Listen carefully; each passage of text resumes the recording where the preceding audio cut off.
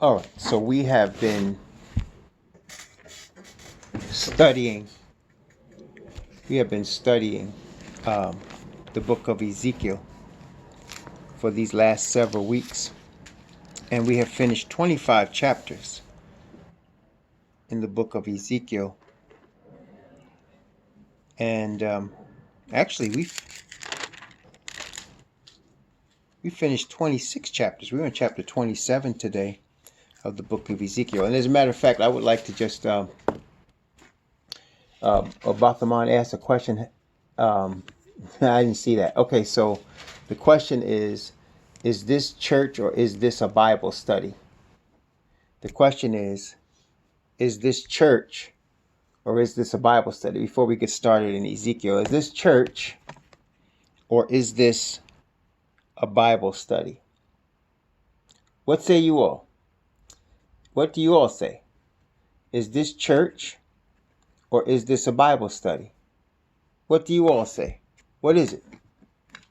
It's a Bible study. It's a Bible study. It is a Bible study. We are worshiping through His Word. Amen. Let me say this. It is a Bible study. And let me say this. When people ask, generally speaking, I'm not saying Vathaman is asking this, but let me say this.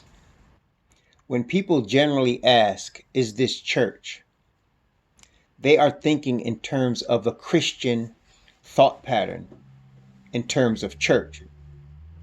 In other words, they're thinking we have a denomination, we have a group that you have to join as a member, and and they're thinking of it in the Christian organized religion sense. Y'all understand what I'm saying? So when somebody says church in our day and age and our common understanding, what they are really saying is, do you have a denomination? Do you have a faith, a religion, an organization?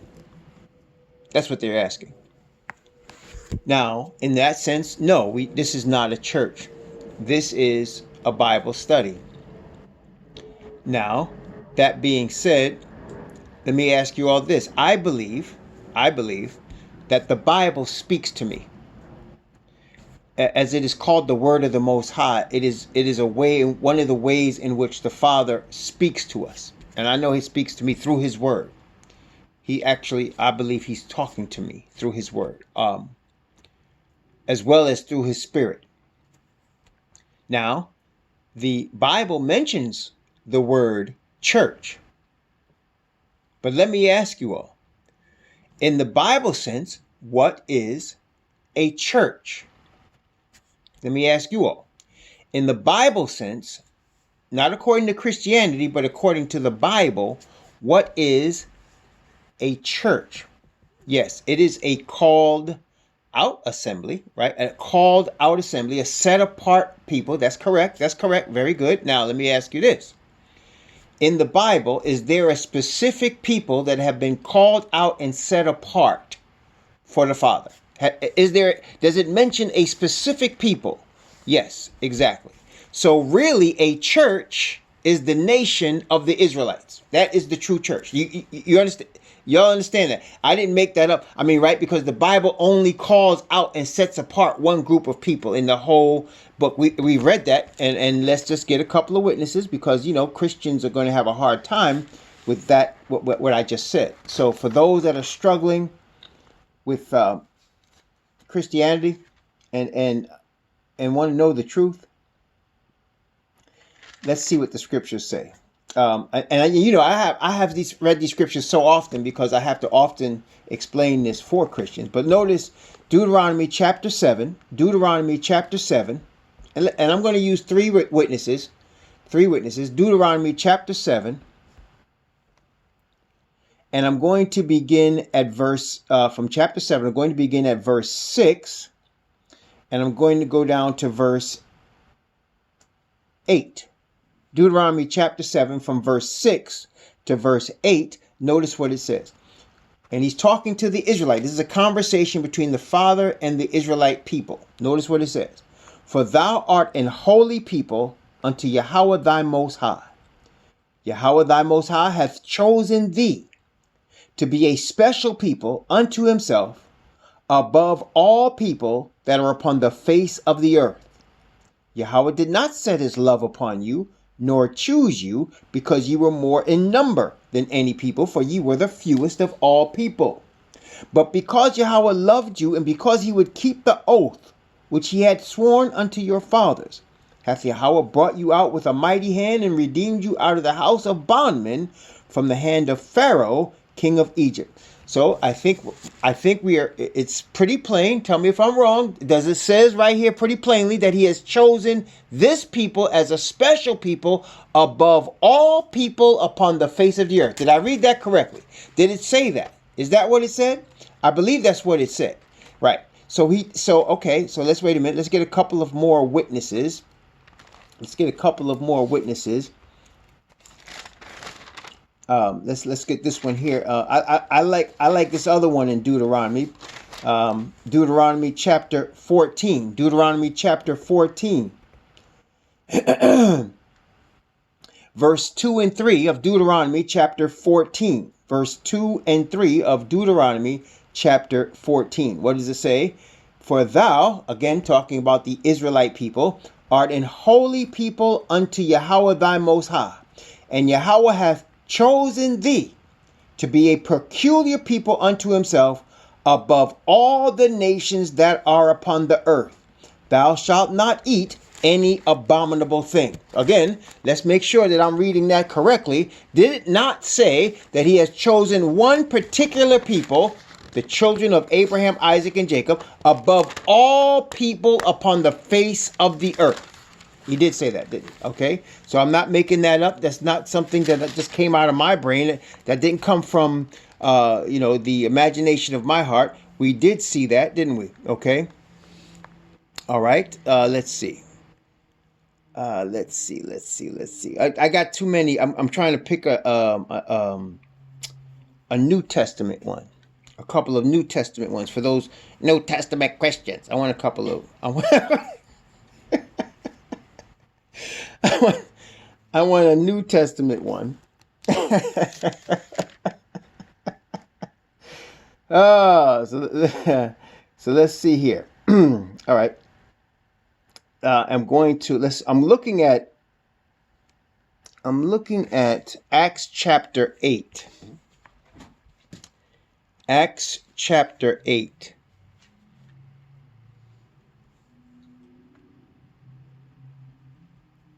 All right, let's see.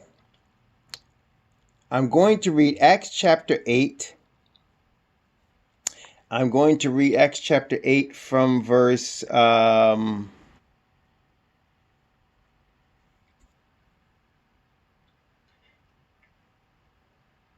me see. Acts chapter 8. I'm going to read from verse. Man, it's just so much here. I'm trying to see where should I start. Okay. From verse 34. I'm going to read from verse 34. I'm going to read from verse 34, and I'm going to read down to from verse 34 down to verse 44. Okay. Acts chapter 7. I said 8. I'm sorry. Acts chapter 7. From 34 to 44. Acts chapter 7. Excuse me. Acts chapter 7. Okay. Let's look at this here. I have seen the affliction of my people, which is in Egypt. I have heard their groaning, and am come down to deliver them. And now, come, I will send thee into Egypt. This Moses, whom they refused, saying, Who made thee a ruler and a judge? The same did Yahweh send to be a ruler and deliverer by the hand of the angel which appeared to him in the bush. He brought them out after that he had showed wonders and signs in the land of Egypt and in the Red Sea and in the wilderness 40 years. This is that Moses, which said unto the children of Yasha'al, A prophet shall Yahweh your Most High raise up unto you of your brethren, like unto me, him shall ye hear. This is he that was in the, wait a minute. Did you see verse 38? I want you to make sure you catch verse 38. It says, this is he that was in the what? What word is that? What word is that? This is he that was in the church, or the assembly in the wilderness. There it is. Yes, it's the word church, in the King James is also the word assembly, right? Word assembly. Okay, and that in the wilderness, that people was who? The children of Israel, right? This is he that was in the church in the wilderness with the angel which spake to him in Mount Sinai, and with our fathers who received the lively oracles unto us, to whom our fathers would not obey, but thrust them from them, and in their hearts turned back again to Egypt, saying unto Aaron, make us gods to go before us, for as for this Moses which brought us out of the land of Egypt, we wot not what is become of him. And they made a calf in those days and offered sacrifice unto the idol and rejoiced in the works of their own hands. Then Yahweh turned and gave them up to worship the host of heaven, as it is written in the book of the prophets, O ye house of Yasha'al, have ye offered to me slain beasts and sacrifices by the face of 40 years in the wilderness? Yea, ye took up the tabernacle of Moloch and the star of your god Raphan, figures which ye made to worship them, and I will carry you away beyond Babylon. Our fathers had the tabernacle of witness in the wilderness, as he had appointed, speaking unto Moses that he should make it according to the fashion that he had seen. This was called what? The assembly or the church in the wilderness, right? That's what we read. That's what it was. Let's read another New Testament witness. Let's read another one. Just in case, people read that and they say, well, see, now the Christians are now the Israelites. The Christians are the Israelites now. Well, let's take a look. Romans chapter 11. Romans chapter 11. From verse 1 and 2.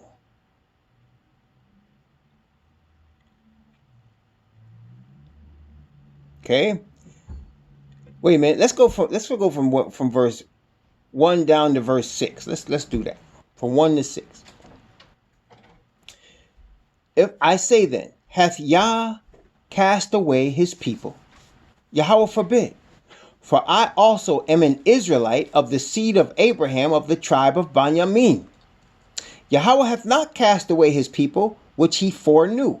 Wot ye not what the scripture saith in Aliyah?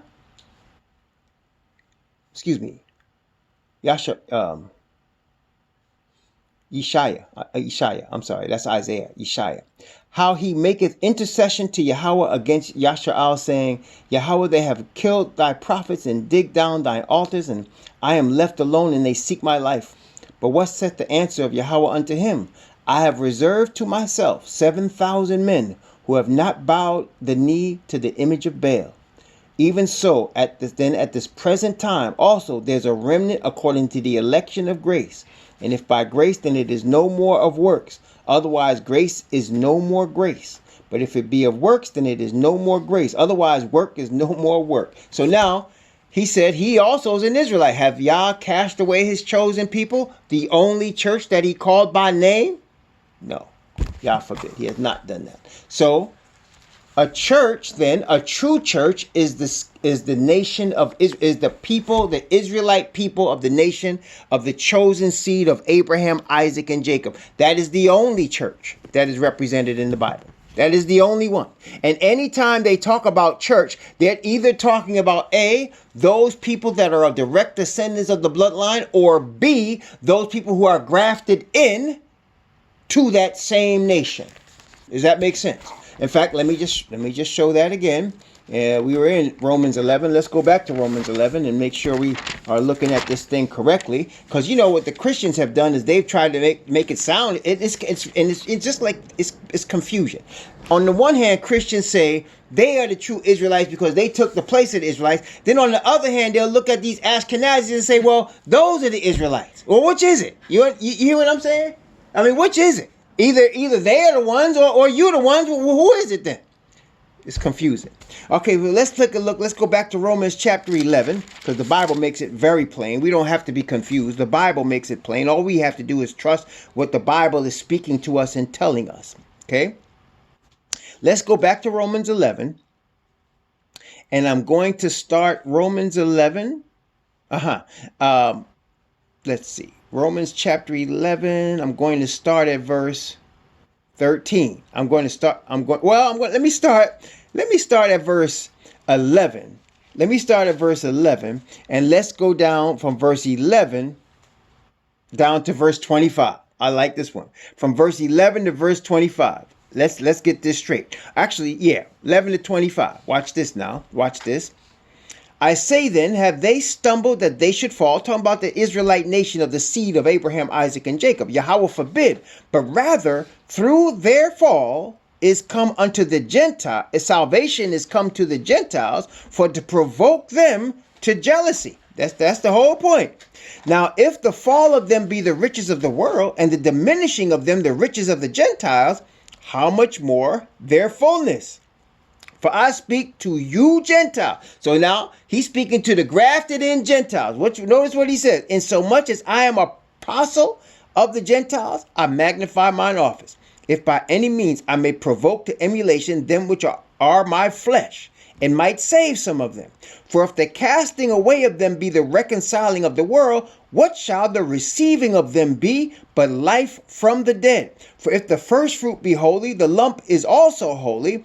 If the root be holy, so are the branches. And if some of the branches be broken off, and thou, you Gentiles, being a wild olive tree, were grafted in among them who? The Israelite nation that is the only true church, and with them partakest of the root and fatness of the olive tree, boast not against the branches.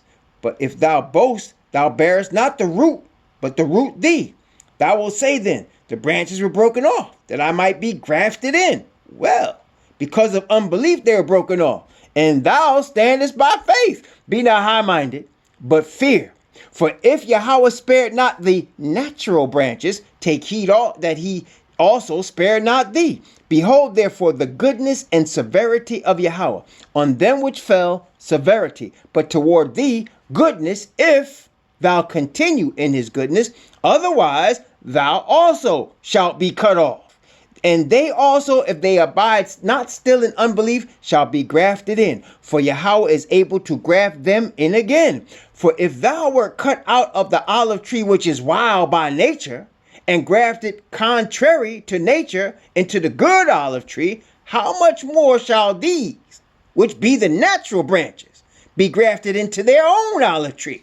For I would not, brethren, that ye should be ignorant of this mystery, lest ye should be wise in your own conceits. The blindness in part is happened to Yashar'al until the fullness of the Gentiles be come in. There you go. So he has not cast off his people. There's only one true church. It is the chosen people of Abraham, Isaac, and Jacob, and anyone else that is grafted in among them. So there's your church. So that's why when somebody might ask, well, this is a church? Well, they're asking from a Christian's perspective. And as y'all said, no, this is not a church, not from that perspective, not from what you're asking. We're having a Bible study and we're worshiping the Most High through the word. But in the sense of the Bible, it is a church because we who are here studying the word by and large are made up of people that are the bloodline of Abraham, Isaac, and Jacob, and people that have been baptized and grafted into the nation of the chosen people. Is that correct? You're understanding what I'm saying? So when somebody says this a church, well, we can say yes or we can say no. We could say yes in the sense that we understand who the true church is, but for their sake, who is ignorant of that, we say no because they're thinking in a Christian denomination, organized religion sense. This is no organized religion, brothers and sisters. This is a scattered nation that is led by the Father, led by the Father's Spirit. And you remember we just read here in Acts chapter 7 a few minutes ago, where he said that the Father talked to Moses and led them by an angel. You know who that angel was that he appointed to lead the children of Israel through the wilderness? You know who that was? That rock that followed them? Let me just show you. You got me over here now. We're going to get to Ezekiel in a second. We're going to get to Ezekiel in a second. I'm not forgotten Ezekiel. But I just want to show you this. Let me show you this real quick. This is 1 Corinthians chapter 10. 1 Corinthians chapter 10. Now watch, I want you to notice how the apostle, and by the way, I just want y'all to understand this. Y'all know, right, that the New Jerusalem, that's going to be the capital city of David with the children of Israel. You know that place has 12 gates, right? Y'all understand that? It has 12 gates.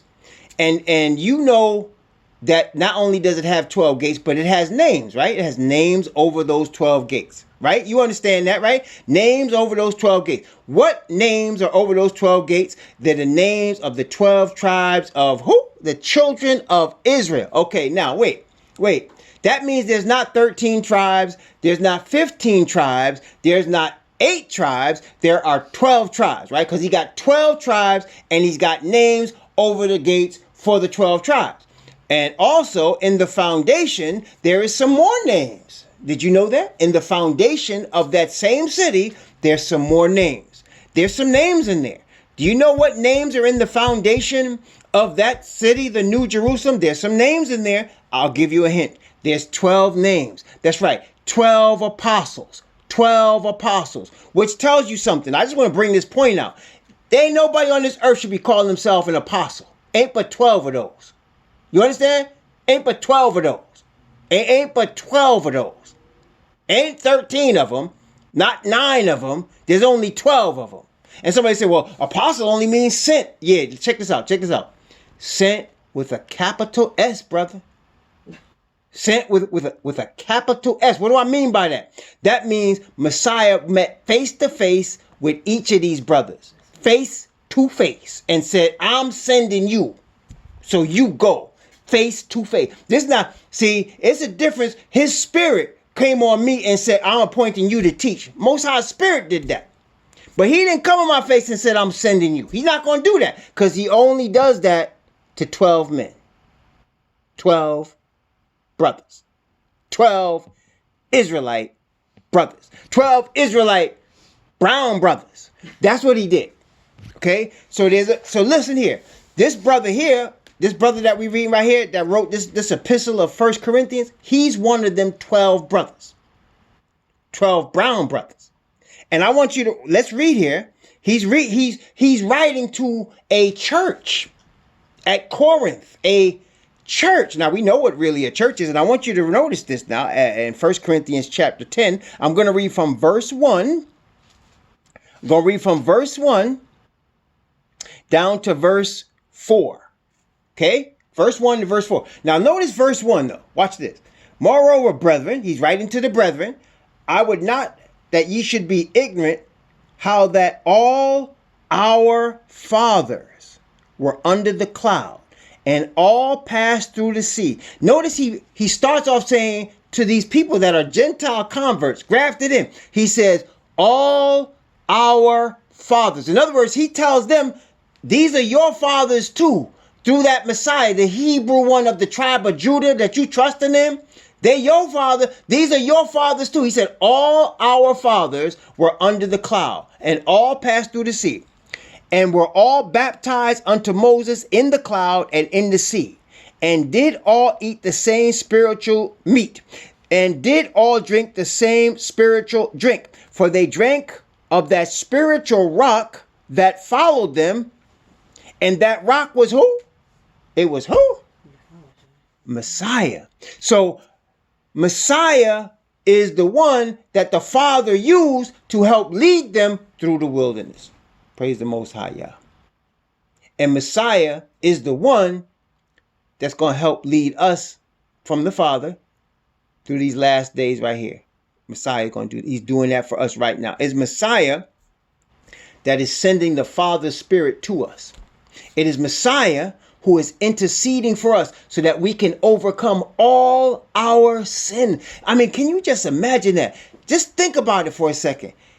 The Father has set up this high priestly ministry for Messiah to cause his chosen people to overcome all their sin.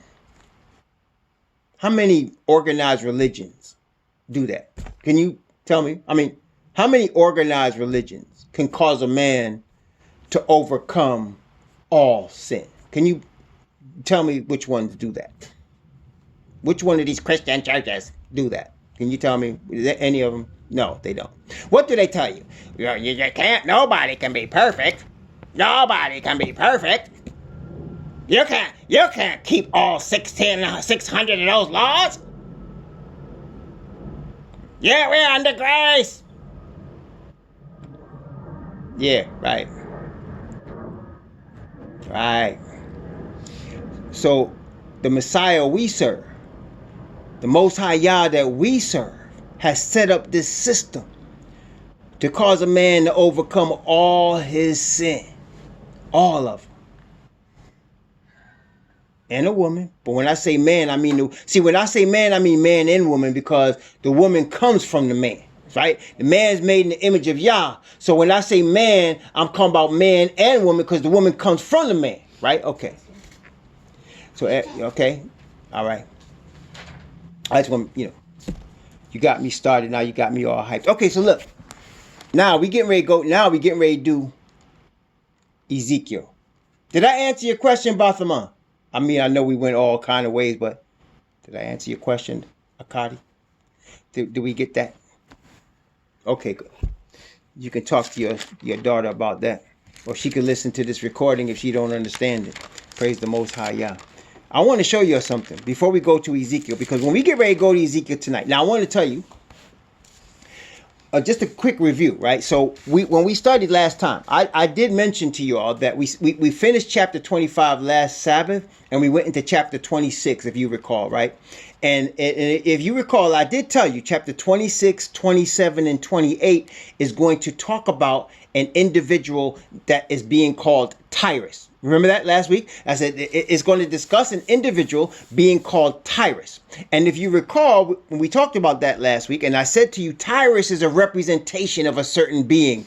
Who is Tyrus representing? Remember that? We talked about who Tyrus was representing, and then we talked about who Nebuchadnezzar was representing in opposition to Tyrus. So Tyrus was representing who, and Nebuchadnezzar is representing who? I'm testing you. This was from last week. Some of y'all wasn't here last week, but some of y'all was. So talk to me now. Who is Tyrus representing, and who is King Nebuchadnezzar? Remember now, and we're getting ready to read, sister. That's right. Tyrus representing Asatan, and Nebuchadnezzar is representing the kingdom of Yah. He's representing Yah in this narrative we're getting ready to read. Now, Isha, could you please pull up Revelation chapter 18 for us? Can you pull up Revelation chapter 18?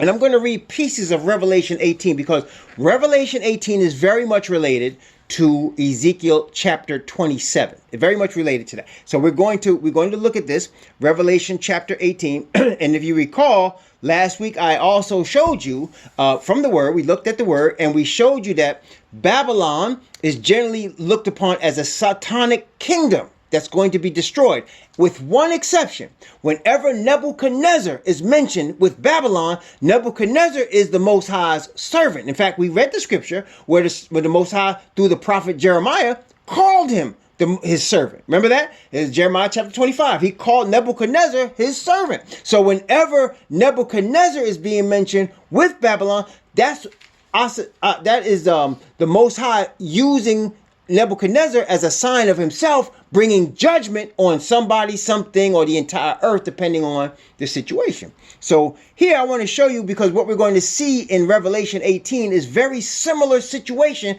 to what you're going to see in Ezekiel 27. And the reason is because they're basically saying the same thing. And as I said, when we study the book of Revelation, and we have studied it, and there's a series on it, and by the grace of the Most High, we do it every year, and we'll probably do it again at some point this year. But when we study the book of Revelation, one of the things we must understand is that if you don't understand the Bible from the perspective of the Hebrew Israelite prophets, you're not going to understand the book of Revelation. In other words, if you're looking at it as a Christian, It's almost like you're kind of looking in a dark room and you're looking for the switch and you're trying to get your eyes to adjust to the darkness so that you can maybe get to the switch, and you got to watch where you're walking because you might stub your toe. That's what it's like if you're looking at Revelation from any Christianity, and sometimes it's even worse than that. But when you're looking at it and understanding it as a Hebrew, from the experience of the Hebrew prophets, Jeremiah, Isaiah, Ezekiel, Zechariah, when you understand it that way, and you understand it from Moses, and you understand the high priestly ministry that Moses was given, now you start to understand the book of Revelation. And so one of the prophets that's prominent, as we saw in this book, is Ezekiel. He's very prominent in this book. And as we continue to study Ezekiel, you will continue to understand Revelation. Okay, you will continue to understand Revelation because a lot of Ezekiel is represented here. The kingdom, as we're going to see, is represented here. The second coming of Messiah is represented here. There's a lot represented here. Revelation 21 is represented there. Revelation 20, Revelation 19, Revelation 22, all that end part of the book is represented here. And here, Revelation 18 is also represented. So let's take a look at Revelation chapter 18. I'm going to begin at verse 1 and read down to verse 4, from verse 1 to 5. Let's start off there. Revelation chapter 18 from verse 1 to verse 5. Notice what it says, Revelation 18, 1 to 5. And after these things, I saw another angel come down from heaven, having great power, and the earth was lightened with his glory.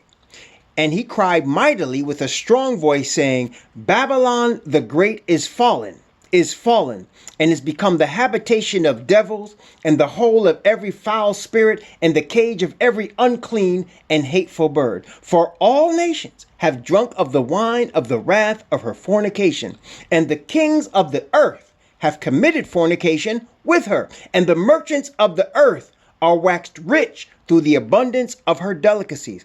And I heard another voice from heaven saying, Come out of her, my people, that ye be not partakers of her sins, and that ye receive not of her plagues. For her sins have reached unto heaven, and Yahweh hath remembered her iniquities. Let's stop right here. Verse 4 is very important on several levels. Number one, he says it's a warning message to separate from Babylon.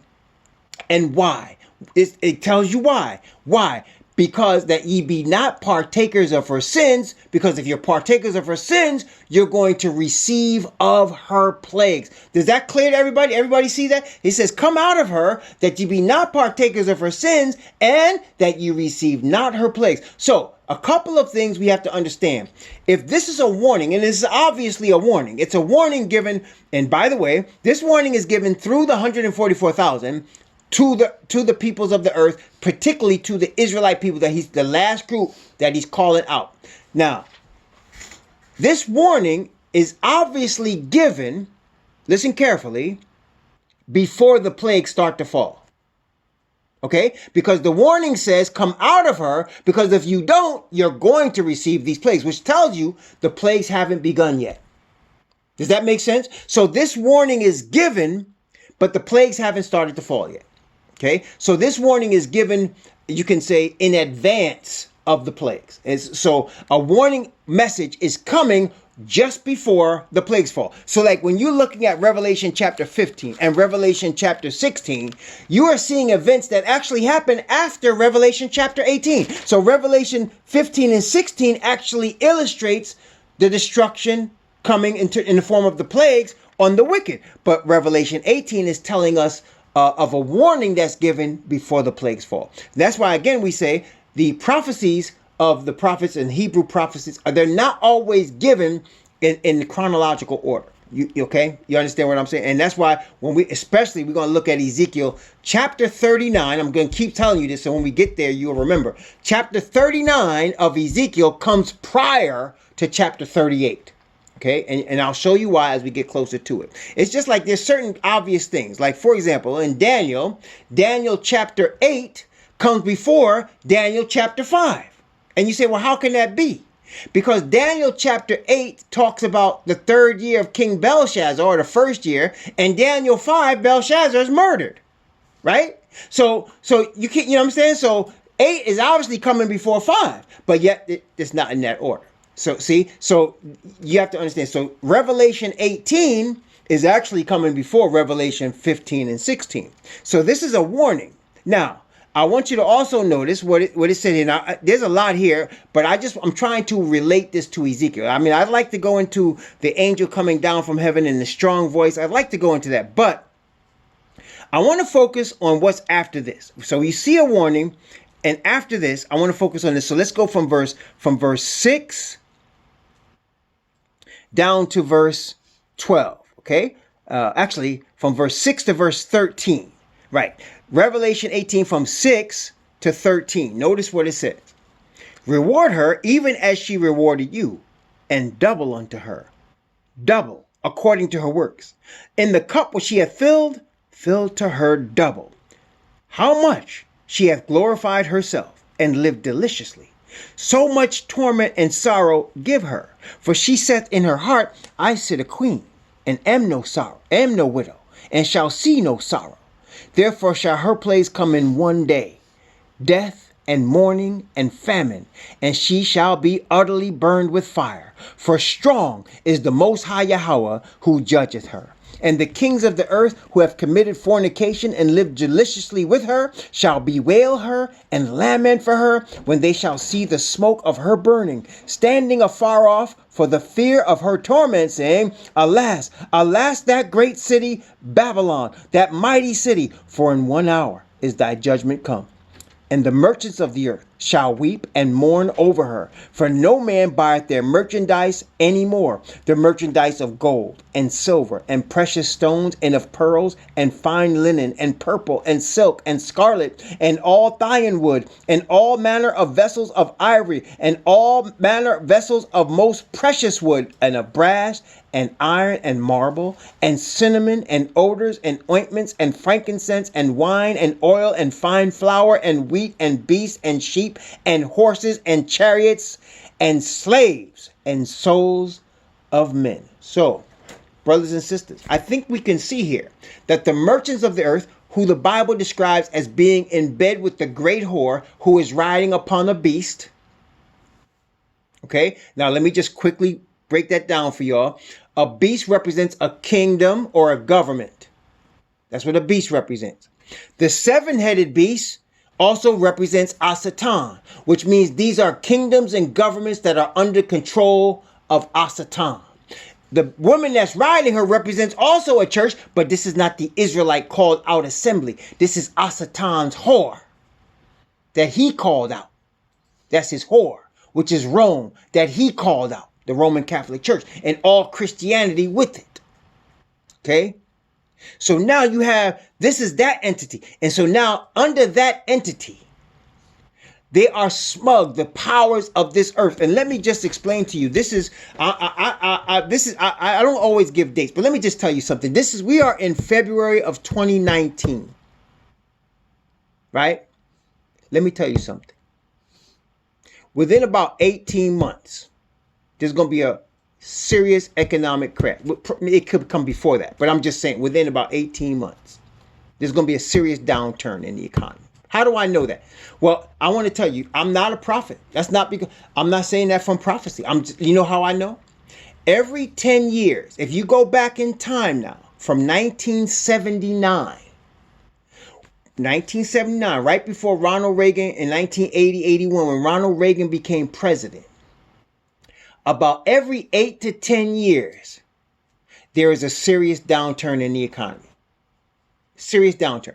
So like 79, 80, it went all the way to 81. There was a recession and we had high inflation. It was crazy. Then it came again in 89, 90 and lasted into 91. Then it came again in 2001. At the time of 9/11, we were going through a recession, and then we went into 2 wars, which set us up for something that came even earlier in 2008. Now some of y'all are young enough to remember 2008. You may not remember like I do 79, but you might remember 2008. You remember in 2008 when the whole world was focused on what was going on in Washington, D.C. and what was going on Wall Street, and how all these large banks and all these big investment houses were collapsing under great debt. You remember that?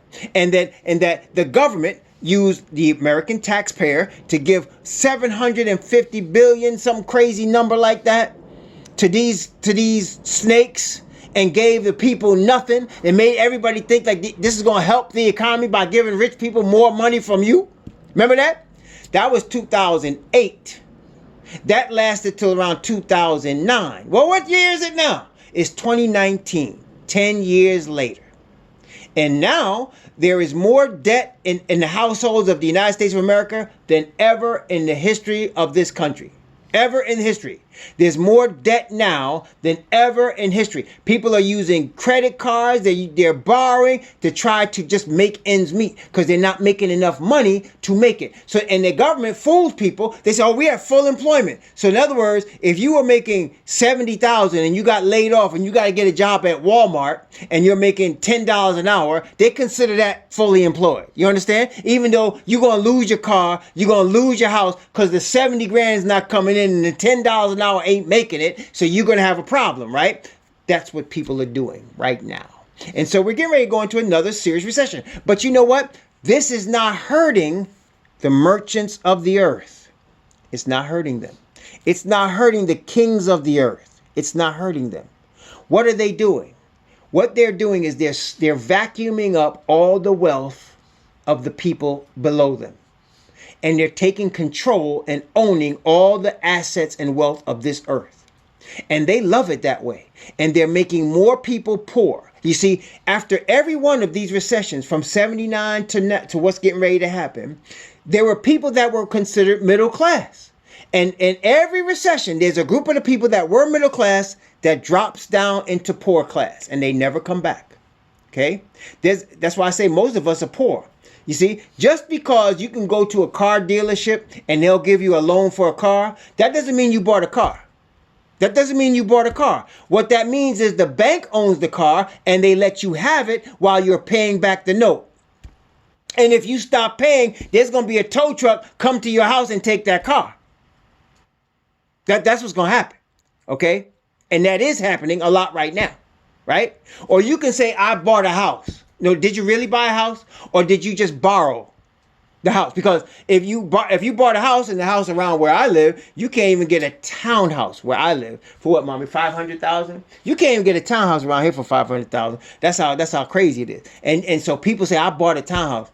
Well, that means you just borrowed, $400-something.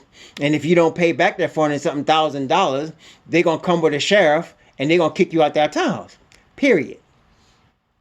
And so what's going on now is people have tremendous amounts of debt and they're not making enough money to keep up with it. And all it takes is a little shaking of the economy, and all of a sudden people start laying off, people start cutting back, and everything goes crazy. It's happened and it's going to happen again. But the merchants of the earth that are controlling these things, the people at the top, they say, just like it says here, I sit a queen, and no widow shall see no sorrow. That's what they think. They think they're going to continue to rule this earth forever. They think it's them and their children after them. They think their names are going to continue forever. That's what they think. Okay? That's what they think. So, brothers and sisters, the Bible is telling us the time is going to come. You see, brothers and sisters, when the Most High get ready to bring these plagues, it's not going to be an engineered crashing of the economy. If you pay attention to the news, right? And I know it's hard because the news is fake. But if you pay attention to it, what they telling you, even every time they mention the economy, right? Tell me if I'm wrong, if you've heard this. Every time the news mentions the economy, they will mention the Federal Reserve Bank, the interest rates and the Federal Reserve Bank. Don't they? Don't they do that? Every time they mention the economy, they mention interest rates and the Federal Reserve Bank. Why do they do that? Because through this entity, they are controlling the economy. They can crash it anytime they want. They can bring it back anytime they want. But when these plagues start to fall, it's going to be out of their control. It's going to be out of their control. And nobody's going to be able to buy their stuff. And the money's not going to be worth anything. And you know what's going to happen? They're going to blame the messengers. See, you heard the saying, don't kill the messenger. right? Don't kill the messenger. Why did they say that? Because if a messenger come with bad news, the people are angry with the messenger. Isn't that correct? It's not, they don't, whoever sent them, they don't care about that. They're angry with the messenger. Matter of fact, when Rehoboam received, when 10 tribes left Rehoboam, Solomon's son, and went to Jeroboam, the son in the back, Rehoboam tried to get bold and he tried to send his representative to the northern kingdom to send a message to Jeroboam. And they had already been angry because Jeroboam had talked too much smack. That's why they separated him from the beginning anyway. They stoned that messenger to death. The dude just came to bring a message from the king of Judah. They stoned that brother to death. Right? That was the message. That was their answer. So let me tell you something. When the 144,000 bring this message, this warning right here, when they bring this warning, and these plagues begin to fall, and these sons of Yafet, their corporations are not making what they thought they were going to make. Nothing's being worth anything. Nothing is happening. Nothing is moving. Everything is going to pot. Who are they going to blame? The messengers. You're going to blame the messengers. Okay? So the message of coming out of her, my people, is going to be a powerful message. But most people will not heed it. Because the 144,000 given that message, they won't own any houses or cars or have any jobs. They're going to be sustained by the Father. And nobody's going to understand that but them and the people with them. Okay? And the people not going to listen to that. Only a few. And that's why it's going to be a powerful message. But it's the people that do come are going to be for real. They're going to be for real. That's why, remember the parable, the Messiah said, men were standing outside waiting for work. And man went out there and said, you want a job? He said, yes. Yeah, I'll pay you a penny for today. Okay, great. I guess a penny was worth a lot then. Then he kept going out there and people standing there. He said, I said, pay a penny. Finally, the last hour of the day. And in them days, they worked 12 hours a day. 12. And so, last hour of the day. What y'all doing? I need work. Okay, come on, I'll give you a penny. So the people that work 12 hours said, how you paying them the same you paid us? We work 12 hours. You should give us more or give them less. He said, it's my money. I do with it as I want. But that represents them people that are going to answer this message at the end. When nobody will take the stand forward, the ones that come forward at that time, they're going to get that same penny. You understand? They're going to get the same penny. Because they're coming forward when nobody will come. Because nobody's going to believe. Because we're not going to have any material stuff. And they're all concerned with material stuff. And you see, merchants of the earth shall weep and mourn over her. No man buyeth their merchandise anymore. Nobody's buying this stuff. Because when these plagues start to fall, it's going to be on. And it's not going to, and now they're controlling everything. They're controlling everything. But when them plagues fall, they won't have any control. See, as long, and y'all know the truth, the people that are the majority in power, they everything good, they will smile at you as long as they're controlling everything. If ever their control is threatened, boy, some of them start jumping out of buildings. Some of them start murdering people. Some of them start killing their families. They start tripping. You know I'm telling the truth. And so when these plagues start to fall, boy, it's going to be on. It's going to be on. So now you can see here. Now, one more question I got for y'all. So you see the beast and the great whore. So we know the Bible says that the dragon gives him his what? His power, his seat, and great authority, right? So this is the dragon's kingdom. All this is being controlled. That government that beast is riding, that whore is riding, that's the dragon's government. You know, that's all these governments of this earth. That's the dragon's government that's controlling this earth with that church.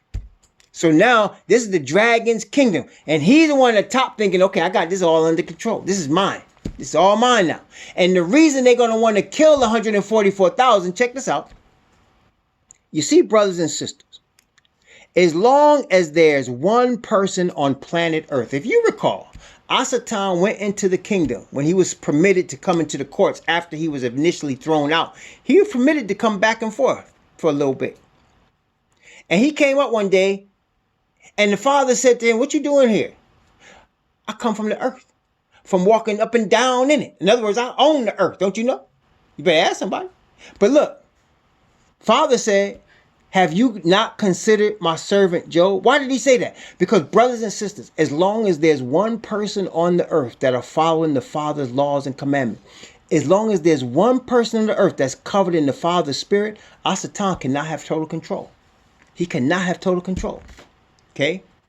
And so at that time, because of the 144,000, he must kill them. So they're going to try to kill the messengers because he must kill them, because if he could just get rid of them, the rest of the earth is his. See?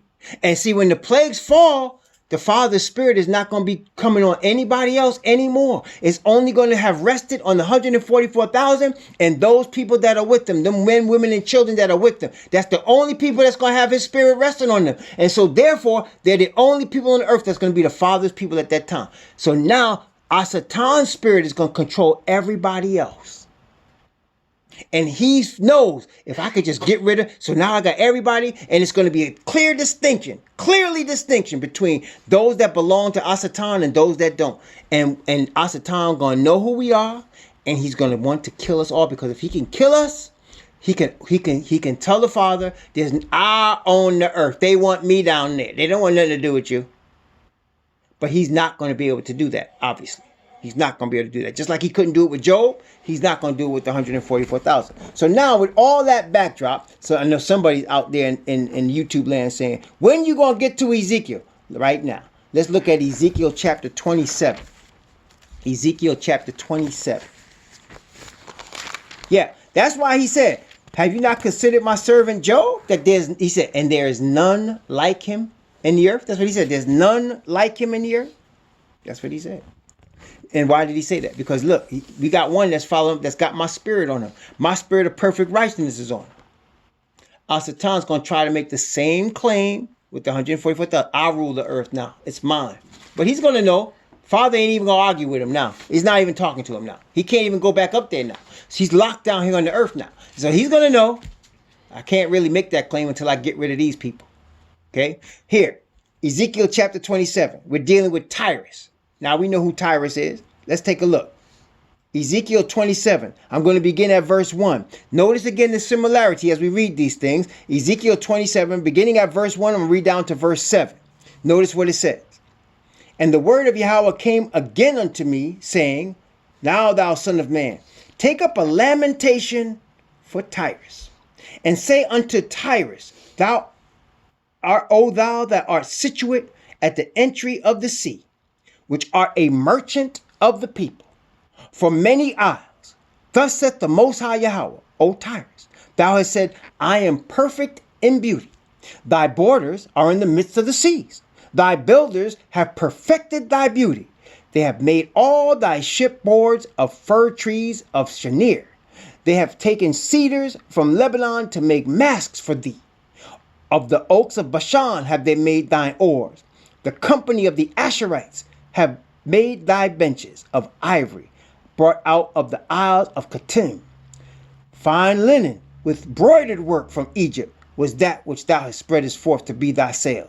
Blue and purple from the isles of Alishah was that which covered thee.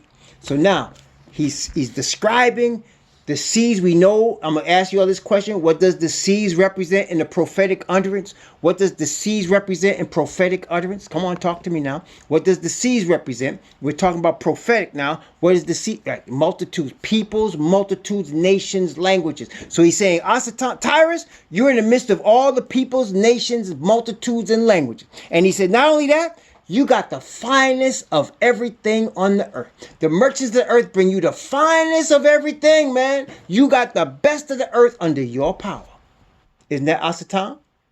He has the best of the earth under his power. That's why he can come. See, people don't understand the offer that he offered Messiah when he said, all these things I will give thee if thou wilt bow down and worship me. Remember, he tempted Messiah with that one. He said, all these things I will give thee if thou wilt bow down and worship me. And Messiah said, get thee hence, Satan, for it is written, thou shalt serve Yahweh, and only him you worship. You worship nobody but him. But you see, that same deal is made with every rich person that you see on the planet Earth, especially all these entertainers. Look, I was just talking to somebody today about this. Do you realize, like back in the day, like let's go back 100 years. Let's go back 70 years. Back in the 20s of the 20th century, 1910, 1920, 1930, 40, 50, right? The black man was suffering. I mean, he's always suffering. But he was really suffering at that time. Big time suffering. Okay? See, when Caucasian people suffer, the black man suffers twice as much. When Caucasian people doing well, the black man might suffer. But when Caucasian people are suffering, as they were at that time, black man, it's a miracle he survives. Now, at that time, brothers was trying to eat. They were trying to eat. That's what they were trying to do. They were trying to eat. That's all they were trying to do, is make sure they could get something to eat. Some brothers would walk around down south and he would tell you, they knock on the back door and ask if there's any chores they could do to get a sandwich. I'll chop wood. What you need me to do, I'll cut something for you. I'll just for a sandwich. Okay? Some brothers decided, listen, I could sing and dance. Let me sing and dance and make people laugh, and I could get paid and eat. Some brothers said, let me put on some boxing gloves. Let me put on some boxing gloves, knock some brothers out, let me throw some hands. And people will watch me come to throw some hands, and then I could get paid. That's Joe Louis, right? That's Sugar Ray Robinson, right? That's Josephine Baker, right? That's Billie Holiday. They were trying, at that time, they were trying to survive. And if they got some sort of success, what they got in their art, especially like a Josephine Baker, a Langston Hughes, they were giving through their art the anguish of their spirit and their soul. Right? Y'all know what I'm talking about, right? You can hear it in the music when they would sing, or when people were like, oh man. And it would cause the Caucasian people to come to the black neighborhoods and the black bars to listen to them. And they were entertained by it. And that's how the sisters and brothers were making some money. But what their sisters and brothers was doing, they was trying to express their suffering. The rap artists in the 90s did the same thing. They was expressing their suffering and their oppression and their exploitation. That's what they was expressing in their art. That's how it was. It's not like that anymore. No, it's not like that anymore. Now, you got black males that are homosexuals, kissing men and having sex with men. And these are the ones that they put on the television screen. These are the ones they put on the television screen. These are your new artists, right? Or you got black women talking about, we don't need any men. We can make it without the man. That's what you got now. So that now it's to the point, it's so perverted now, it's to the point where it's not even like an expression anymore. Now it's just pure exploitation. Pure and simple. And degradation. That's what it is. It's exploitation and degradation. That's what you got right now. And so Asatan's kingdom is getting darker, and that's how it got, brothers and sisters, it can go no other way. See, unless a man or a woman is working in perfect righteousness of the Father, that's the only way you can make it. If you in the Father's perfect righteousness, brothers and sisters, you're gonna make it. But if you not, there's only one way you go. See, that's why we don't argue with people. People want to argue about their religion and their Christianity. I don't argue with them. I'm calling people out of that mess. But I'm not arguing with anybody. You know why? Because the truth is the truth. It's plain and simple. You take money, especially you take money and fame out the equation. You take the people seeking the 15 minutes of fame out the equation. And you take the money out the equation. I don't care about no money. You take that out. And you take out, I don't want no church. No, I don't want no church. Not no earthly church. Not none of this denomination organized stuff. No. Now what you got left?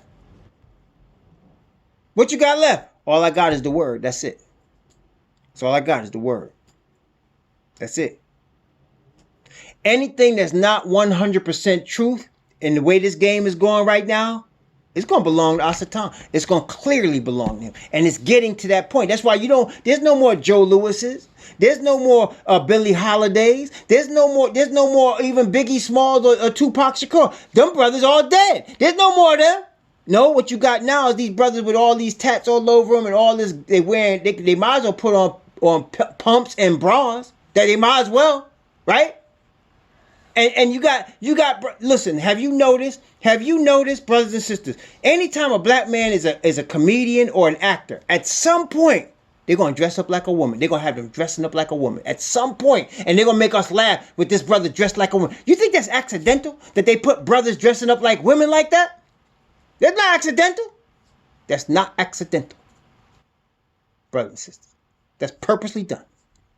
Why am I saying that?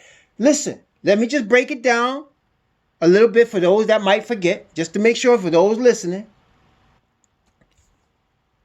If the Hebrew Israelite people are the chosen people of the Most High,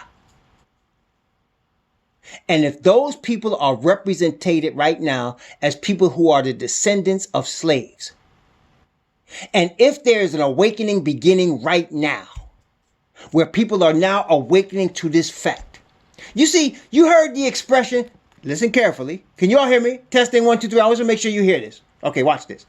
Have you heard this expression before? Stay woke. Tell the truth now. Have you heard that expression? Stay woke.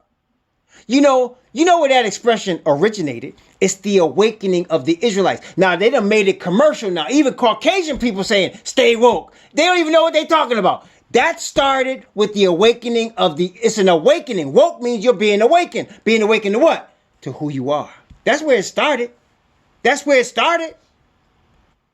And so Asatan knows the awakening has begun. He knows who the people are. He especially knows who the men are. Listen, brothers and sisters. He especially knows who the men are. So he gonna try his best. He has 1,000 different ways through the food, the water, the entertainment, the music, the TV, the politics. He has 1,000 different ways to try the police. He has 1,000 different ways to try to destroy them. And it goes back to what we know. Pharaoh said, if it's a male, throw it in the river. If it's a woman, keep it alive. That's what he said. Isn't that what Pharaoh said? If it's a male, throw it in the river.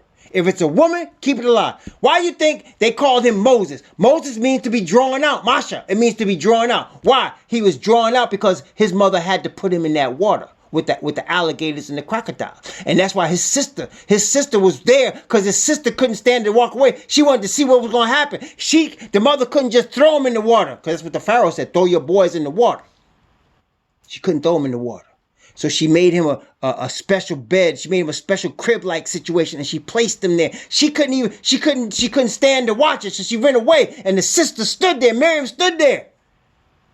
And here come Pharaoh's daughter, fished him out the water, because he was destined to die. They wanted him to die. They was feeding the brothers and sisters to the alligators. Well, let me tell you something, brothers and sisters. They haven't stopped doing that. They still doing it. But they doing it in different ways now. Instead of just straight throwing into the Nile River, they got 1,000 different ways to kill the brothers now. 1,000 different ways. And I'm bringing that out because we know who the true Hebrews are, and we know that the awakening of the Hebrews is the end of Satan's kingdom. Satan knows that. I'm not bringing this out because I'm trying to say, no Caucasian man, no Chinese man, no Japanese man can be saved. I'm not saying that at all. What I'm saying is the black man is the one that you need to watch because his awakening is the end of Satan's kingdom. That's what I'm saying to you. The one that's the descendant of slaves, that man's awakening, that's an Israelite right there. And the children of Israel's awakening, that's the end of Satan's kingdom right there. So he's going to try his best to degrade, to exploit, to destroy. Why? Because as we're reading right here in Ezekiel, he controls the best of the whole world and he offers it to people. That's how we started on this. He offers it just like he offered it to the Messiah. How you think? Listen, man, I'm going to tell you, you want to know the truth. I'm going Denzel, Oprah, Michael Jordan, Brothers and sisters, they ain't get rich because they just hard-working people. No, I'm just telling you. Don't believe the hype. They didn't get rich because they just hard-working people. Or and don't believe the hype. Don't think they got rich because they smarter than all y'all. Look, the top 10 richest people on the earth. I mean, no, let me back up. The top 10 richest people in the United States of America. Let's put it that way. If you look at the top 10 richest people, the Forbes 400, top 10 or 15, you're going to find at least 3 or 4 with the same last name. Walton. You're going to find at least 3 or 4 with the last name Walton. Why is that? Because these are the descendants of Sam Walton. Well, who is Sam Walton? He is the originator of a store that we all know called Walmart. Right. Sam Walton. And people say, well, he must be a genius. He got a book. People read the book. I had a relative say, man, you should read that book of how he made it. He was a smart man. Now, let me tell you something. Sam Walton started his little business in Bentonville, Arkansas. Where the heck is Bentonville, Arkansas? You hear what I'm saying? But he started his business down there. You know who else was in Arkansas at that same time that Sam Walton was starting his little Walmart store? There was a man that became president of the United States. Later on, he became president. He was in Arkansas at that time. And he was helping the current president, Mr. Bush, the one that just died a couple months ago. They was running drugs through Arkansas. Yeah, Mr. Clinton. They were running drugs through Arkansas. And you know what? They were making so much money running drugs from Central America into Arkansas that they had to have a way to clean the money. You see, brothers and sisters, you start, some of this drug money is so heavy. I mean, that money is so large that if it's illegal, you got to figure a way to do something with it because people will notice you have it. So what you do? What Clinton do? Some of that money, he started a bank. The bank was supposed to lend money to poor people. It was a bank that was supposed to create money for poor people. He funded that bank with that drug money. And that's how we found out about it. Because the dude, one of his friends named Lassiter was running the bank. And Lassiter said he'd see 100 million come in and 100 million go out. And he didn't know where it was going. He said 100 million come in and 100 million go out. And then he started following it and found out where it went. I'll tell you one of the places it went through the Vatican Bank. It went through there too. I want to tell you something. It went through there too. And even that wasn't enough. They was making so much money off of these drugs, they had to find another way to clean this money. Aside from a bank or owning a bank, how you do it is you open a business. But wait a minute. Sam Walton already owned a business. So we can funnel some of this money through Sam's business. All of a sudden, Sam started opening a lot of stores. Then Sam started having money to drive down the prices because he could buy more volume than the other stores. That's how you got rich. And that comes from Asatan himself. That's my point. So now here's Tyrus in the middle of he got the best of everything. He can offer it to anybody he wants. And he does. All this will I give you, for it is given unto me to deliver to whoever I want. That's what he said. If you bow down and worship me. Don't think because these people ain't no smarter than you and me. They put their pants on the same way. They squat over the toilet the same way you and me do. Ain't no different from us. Some of them will even tell you that. Well, how'd they get so much money? Ain't but one way you get money in Satan's kingdom. You got to kiss that ring, boy. You better bow down to him. That's how you get it. And if you're a black male, you got to get a reverse. You got to get an enema with another human being. If you know what I'm saying, you got to get a human enema. if you want to make it, you want to get on the silver screen. Oh, you want to be Oscar worthy? You got to catch the enema. Yeah, you got to catch the enema. Yeah. That's what you got to do. I'm telling the truth now. Yeah, I'm not lying to you now. The Most High, he Hold me accountable. I got to tell the truth. But all of that wicked kingdom coming to an end. And I want you to notice, we just talked about the Isles of Katim. We talked about where we read. We read here, Bashan. Wait, you going to hear some more. Wait, he going to name everybody on the earth involved with this. Watch. Ezekiel chapter 27 from verse 8 down to verse 16. Watch now. Watch all the countries involved with Tyrus. Watch this. Inhabitants of Zidon and Arad were thy mariners. Thy wise men, O Tyrus, were in thee, were thy pilots. The ancients of Gabal and the wise men thereof were in thee, thy caulkers. All the ships of the sea with their mariners were in thee to occupy thy merchandise. They of Persia and Lewed and Phut were in thy army, thy men of war. They hang the shield and the helmet in thee. They set forth thy comeliness. The men of Arad with thy army were upon thy walls round about, with the Gammadim were in thy towers. They hang their shields upon their walls round about. They have made thy beauty perfect. Tarshish was thy merchant, by reason of the multitude of all thy kind of riches. With silver, iron, tin, and lead, they traded in thy fairs. Yavan, watch this now. Yavan, Tubal, Meshech, they were thy merchants. Wait, y'all know who Tubal, Yavan, Tubal, and Meshech is? Y'all know who that is? I'm going to let you sit on that for a second. They were the merchants. They traded. Wait, here's a hint now. That's right. They sons of Yafet. There you go. Gog and Magog. Look what it says. They traded the persons of men. There's a big hit right there. They traded the persons of men. Who's the biggest slave traders in the history of planet Earth? The sons of Yafet. The biggest slave traders in the history of this planet. Now, everybody has held slaves. All the races, I ain't gonna lie, all the races have held slaves. But boy, the Yafet, boy, they took it to a new level, boy. They put it to a new level. They brought it, what they say? They brought it all the way up. They brought it to a new level. Okay? Them sons of Yafet brought that mess to a new level. And here you go. The persons of men and the vessels of brass in thy market. They of the house of Togarmah, there they go again, traded in thy fairs with horses and horsemen and mules. The men of Dedan were thy merchants. Many isles were the merchandise of thy hand. They brought thee for a present horns of ivory and ebony.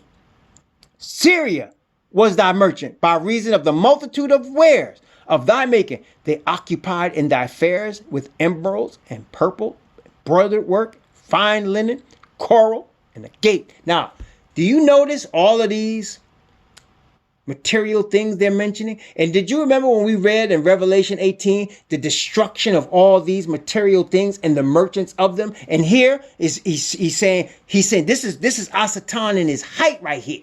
This is him in his glory right here. Right? This is what's going on right now. Wait, if you notice, I stopped at verse 16. I did that for a reason. You know why? Watch the next one. Verse 17. I'm going to go from verse 17. Let me see here. I'm going to go from verse 17. I'm going to go down to verse 24. Watch this. Wait a minute. There's a word there. Judah and the land of Yashar were thy merchants. They traded in thy market wheat of Minnith and Panah and honey and oil and balm. Damascus was thy merchant in the multitude of thy wares of thy making, for the multitude of all riches in the wine of Helbon and white wool. Dan also and Yavan going to and fro, occupied in thy fairs. Bright iron, cassia, calamus were in thy market. The Dan was thy merchant in precious clothes for chariots. Arabia, all the princes of Kedar, they occupied with thee in lambs, rams, and goats. These were they of thy merchants, the merchants of Sheba and Raamah. They were thy merchants. They occupied thy fairs with chief of all spices and with all precious stones and gold. Haran and Canaan and Eden, the merchants of Sheba and Ashur. Kilmad were thy merchants.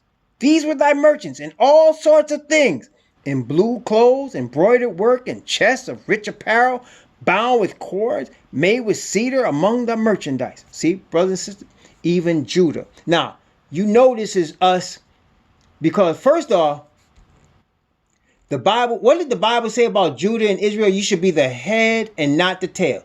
You shall lend unto many nations, you shall not borrow. Isn't that what it said? You shall be the head and not the tail. You shall lend unto many nations. Well, when you see Judah going to Tyrus, like everybody else, and let me tell you something. The poorest people, the poorest people in this country spend most of the money. That's a fact. The poorest people in this country spend most of the money. You would think that that's crazy, right? But that's the truth. Rich people don't spend big money. It's the poor people that spend big money. I'll give you an example. And I'll show you why. And you'll know I'm telling the truth. I used to work. I got my degree. And I thought, man, I graduated with a whole bunch of people just like me. We was all getting our degree, getting jobs, blah, blah, blah.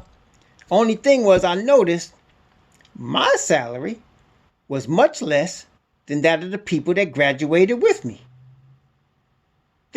I was like, what? Somebody said, well, because you don't have your MBA.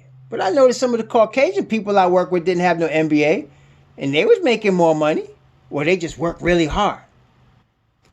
I think I'm working really hard. You need to work harder.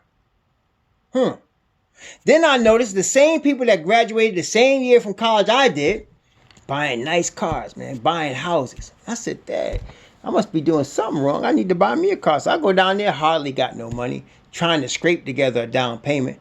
Brother gave me a car. Now they paying maybe $200, $250 for their car. I'm paying $500 for the same car. $500. That's because they put down more money and they got a lower interest rate. Me, I put down less money and I'm a brother. So they're going to gank me. So I'm paying $500 for the same car. I'm struggling. He paying his easy. Then I noticed they buy a house. Well, shoot, man. How he buy a house and I can't buy a house? We graduated at the same time. I got the same degree. We work at the same place. Let me buy a house. Now, they got nice down payment for their house. I got to go to FHA and put 3% down and pray that the bank don't think I'm a thief and give me the money for that house. Now, I'm struggling to pay for my house. They're paying for theirs with no problem. Am I telling the truth? And so I'm trying my best to struggle to pay for the same things that my Jafeti friends have no problem paying for. No problem. Grandpa, grandma come up with the down payment. What? Yeah, man.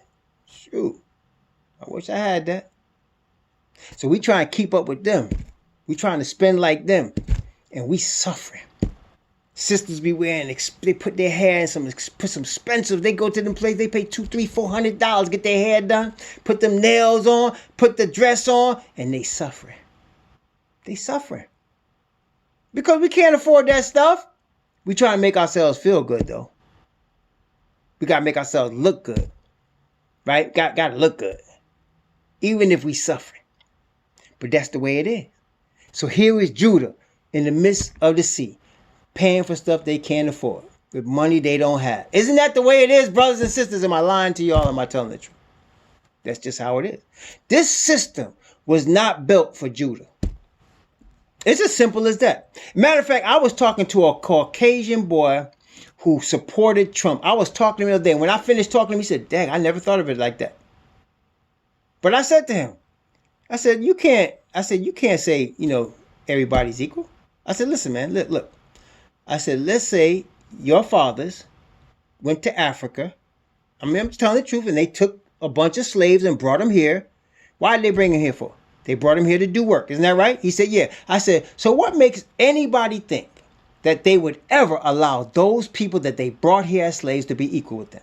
I said, at the very least, even if they not have chains around their neck, they can't allow those people that were once slaves that they brought here in chains to be equal with them. You know why? Because they were afraid. Why are they afraid? Because they're afraid that if they ever got equal with them, if they ever really got the same power, they might bash their heads off. They might cut all the heads of all of them off. And they know this, so they cannot ever let us be equal.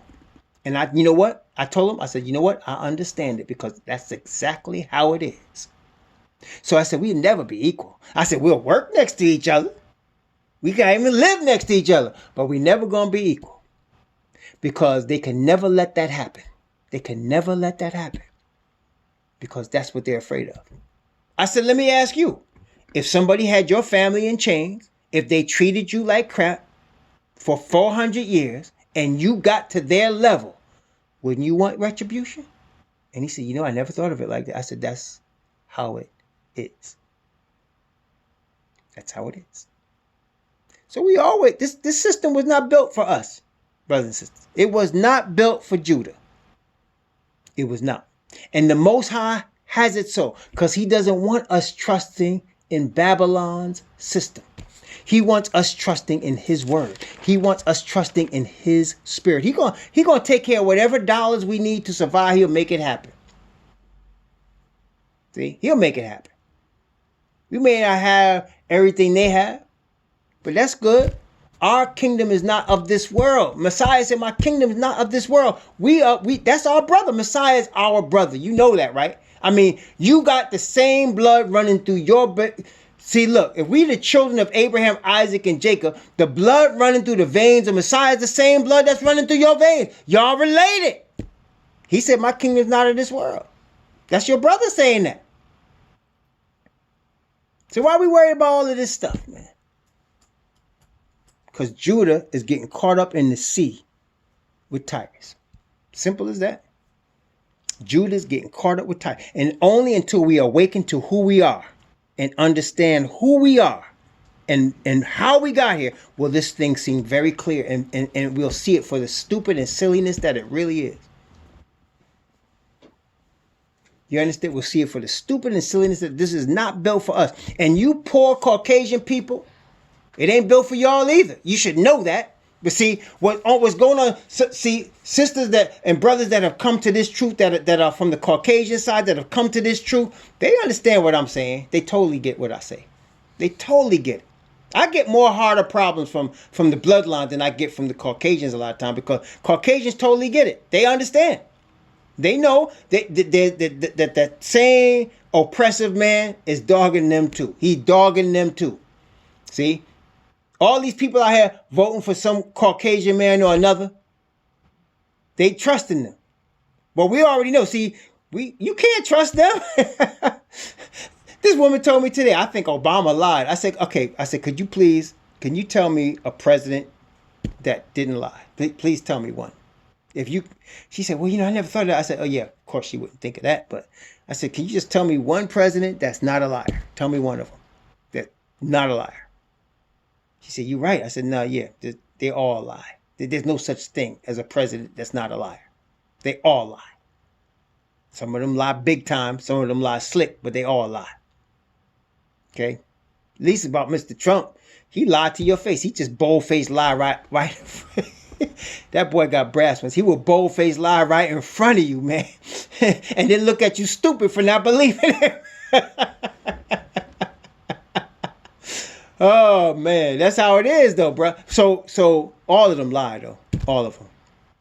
And so when you are following this truth, you understand this stuff is silly. We're not going after merchandise of Tarshish and materials of this earth. This system is not built for us. It's not for us to prosper. No, the only way you're gonna prosper is if you bow and you bow to Asatan. He will give you what you want in this earth if you bow to him. People don't like to hear that because people, they got their hopes on getting them greenbacks, boy. They got their hopes on getting them greenbacks. Y'all know I'm telling the truth. And what I'm doing right now, I'm crushing that hope. Because you can't get it. You can't. You might be able to get it, a few 100,000. You might even get a couple of million. But that ain't no money today. That ain't going to last you. I'm talking about you want to get in the $50 million club, the $100 million club, the $200 million club, the $1 billion club. You got to do some things for that one. That's a whole different ball game, boy. You got to do some things for that. You got to do some things for that. Well, we're going to stop here. I'm going to stop here at verse 24. We're going to continue from verse 25 tomorrow because tomorrow I want to do the rest of chapter 27, and I definitely want to get into chapter 28. Let's have a word of prayer.